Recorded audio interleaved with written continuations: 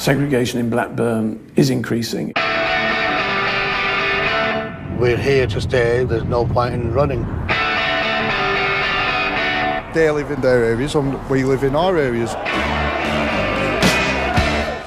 Isolation, segregation, division. Never the twain shall meet. We've been here for generations. This is our country. All we want is our country back.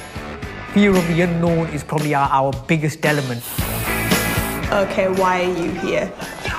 You need to move away from this Stone Age mentality. We have a divided country. 20, 30 years, something's going to happen.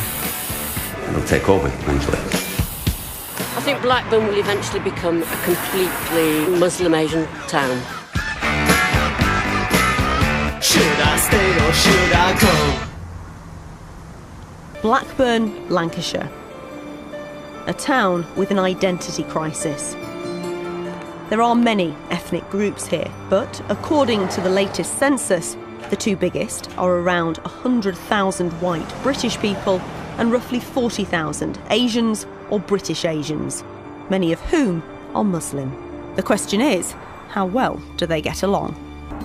I think Muslim community has grown that much now. A majority of areas are Asian. We're here to stay, we're not going to go anywhere, so, there's no point in running.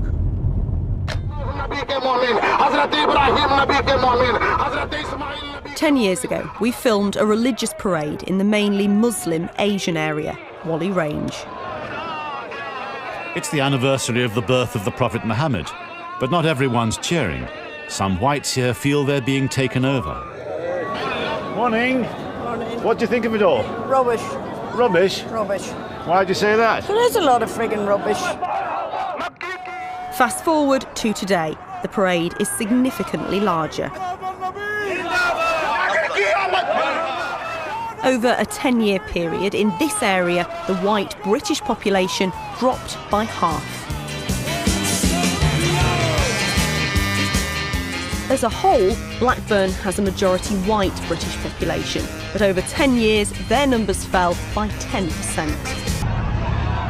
Weeks of simmering racial tensions finally erupted last night as more than 500 Asian youths fought pitched battles with riot police. Professor Ted Cantle was the government advisor who wrote the report into the riots. We spoke to him 10 years ago. Certainly the separation between communities was a factor in those riots. There was no trust, no understanding between the different communities. So has the problem of divided communities got better or worse since then? Segregation in Blackburn is increasing in residential terms, in school terms, probably in social terms as well. I think it has to be seen as a warning for all towns and cities in the UK. I think Blackburn feel that the focus shouldn't always be on them, and actually they are right, because the statistics show that there are many other towns and cities where polarisation of populations is increasing. In just a decade, there was almost a four-fold increase in the number of areas with a non-white majority. So why have communities become so much more separated? So what's your views on kind of having a relationship with someone who's not the same culture as you? What would your parents think? My mum would be more lenient with me, but then I feel like another part of my family would just be more, you shouldn't do that, you should stick to your own culture, your own religion, it's better, it fits into the family more. It's just everybody's still the same, that you need to move away from this Stone Age mentality. So if you were, Kira, if you were to bring home an Asian boyfriend? Probably wouldn't go down too well. Okay. We've been here for generations in this country. This is our country. So why do we have to justify every time somebody calls out Allahu Akbar? In 2015, Dame Louise Casey was asked by the government to write a review into integration policy. We are living with the consequences of not managing migration and immigration effectively. We've done a bit of it, but we haven't been on it to the degree that we need to do so. And I think we have a divided country. The Casey Review highlighted that over 10 years, the population of the UK rose by 4.1 million, more than half of that the result of immigration. More than a year later, Louise Casey still hasn't had a response from the government.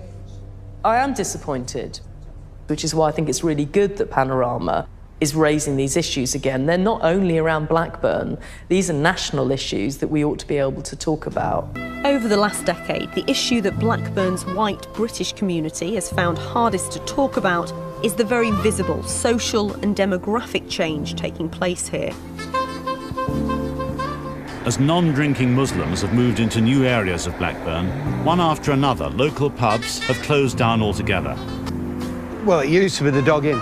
What it is now, I'm not 100% sure, to be honest. It's some sort of Islamic centre, but I don't know what it is. Any house in this area goes up for sale, it's 100% that it'll be an Asian that buys it. Mary, who lives opposite the former pub, now an Islamic community centre, is selling up after 28 years. No, it's just we're moving out and just wondered if there was something was eventually going to happen. And Where are you moving from? we're here. Who's buying it? Their ethnicity. That's what we're talking about. Yeah, they are, but it's... They're Asian. It's the state of this that just gets us down. English isn't a common language, unfortunately. We have really lovely neighbours. But, yeah, I feel like we feel very, very uncomfortable. I think we stuck it out as long as we could do. I think Blackburn will eventually become virtually a completely Muslim Asian town. And the thing is, it seems to have been like, it's been quite rapid. And I think that's what I think frightens you a little bit.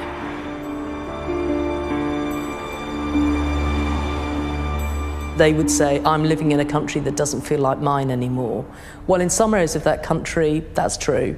You know, I wrote in my report, the pace and scale of immigration has possibly been too much. The Home Office were not happy with that language being used in my report, but I stuck with it because it's true. Some parts of the country have felt the effects of immigration more than others. It's been more or less a total close down in the Asian areas of pubs. Why is that? Because Asians don't drink.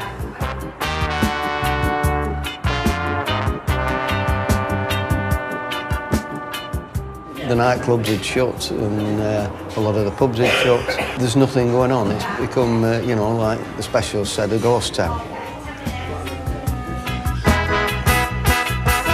Nazir Musa, a former Lancashire police officer whose family are from India, came over to speak to us.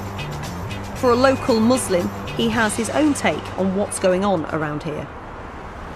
The mosques, the madrasas, the Islamic schools should be regulated. There's a lot that's going on in there which is breeding extremism, and nobody's even picking that up. He's concerned that Blackburn's Muslim Asian community is becoming more insular and not making enough effort to integrate.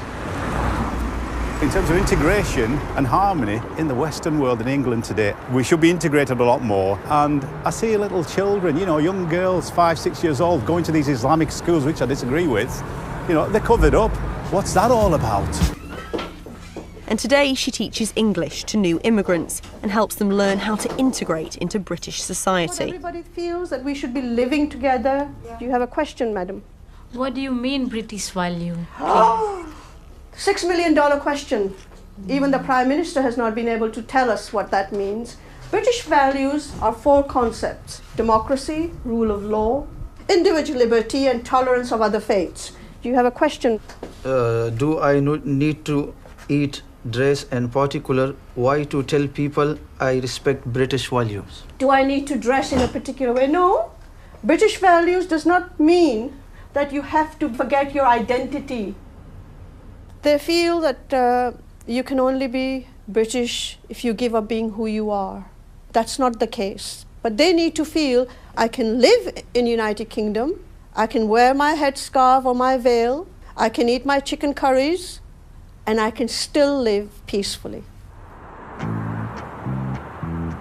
One of the most divisive cultural issues affecting integration has been the wearing of the niqab, or full face veil.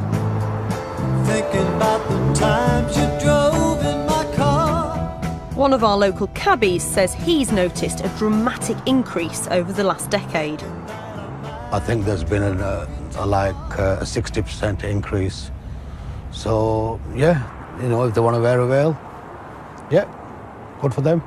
I have yet to meet any single woman or girl who said to me, I wear it because I'm actually forced to do it. What's the question, Ghazala? Why do many people don't like us Muslim? Interesting. Many of Anjum's students wear the veil and have experienced hostility from local people. Now I feel very bad because they speak very bad word to us. I'm sorry. Yeah. So that's why I want to ask you how to respect all the Muslims. Thank you.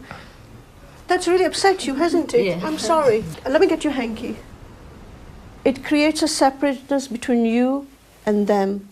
They want to feel comfortable within themselves. Is that really so wrong? Is it terribly wrong? People dressed head to foot in black and we can't see their faces is just difficult for us as a culture. There's no way around it. And when that's happening at significant volume, we're uncomfortable with it. You know, if a man walked in here in a balaclava, I'd be uncomfortable with it.